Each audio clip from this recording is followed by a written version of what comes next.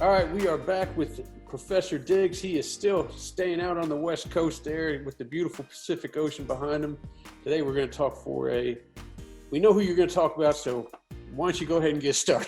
Are you just going to cue me to talk about Southlake while we while we show highlights for the Mighty Dragons? But Southlake, fantastic run last year. And every week, I think for about 3 straight weeks in the playoffs, I picked them to lose. And they're the team that I thought they just weren't quite ready for this run. And they kept proving me wrong, knocking off Duncanville and knocking off even Arlington Martin earlier in the playoffs. And then the state championship game was just too much for them. But this year, I think they are the big dogs. I think everybody's going to be queuing in on them.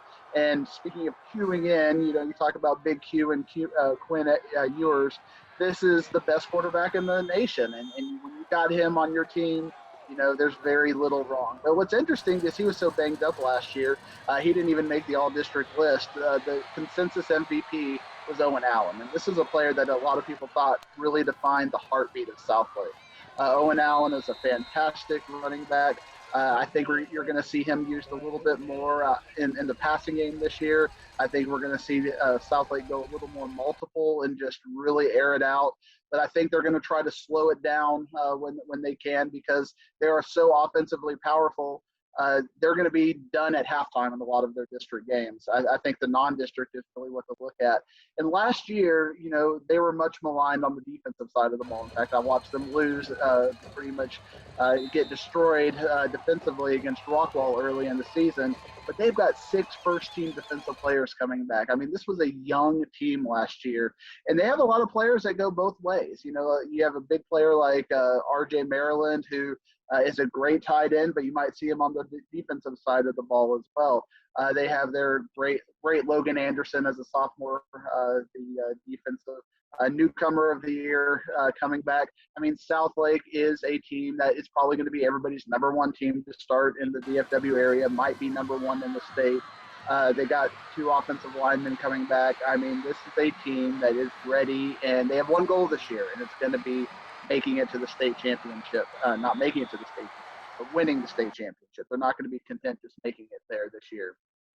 But I think with Southlake, it's going to be really fun to watch their non-district schedule, because bless all the other teams in this district, I don't think anybody's going to stay within 5 touchdowns at Southlake. Yeah, I believe your Tier 1 to Tier 2 is going to be such a big gap. You could probably fit the Grand Canyon in there at some point. But let's try to talk about some of the other teams. I know Keller Timber Creek just took in a good transfer this year from Nolan Catholic, their running back, Emeka Megwa, who is top 50 player in the state, and he's looking to show his talent for Timber Creek. Maybe that pushes him into a playoff spot.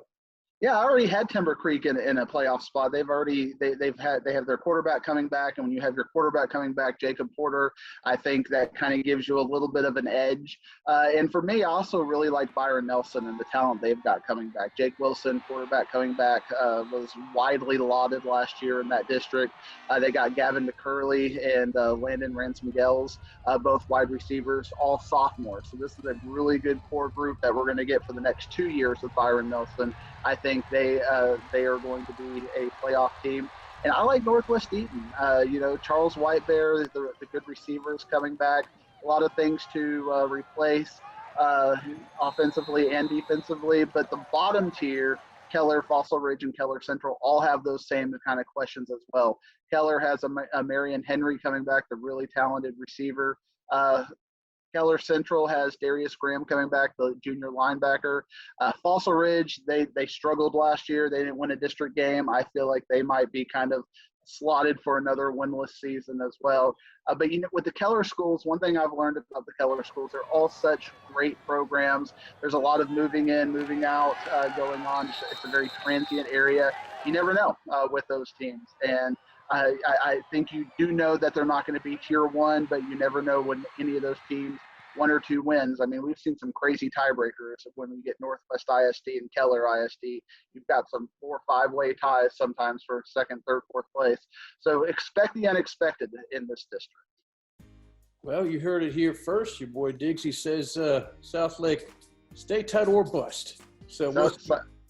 And give me Northwest ISD and Timber Creek to get your other 3 playoff spots. Excellent, excellent. All right, next week is 5-6A, and hopefully we'll be back in the state of Texas. We can maybe have a Lone Star Steakhouse in the background or something like that. Hey, guaranteed I'll be back in Texas next week. See you next week.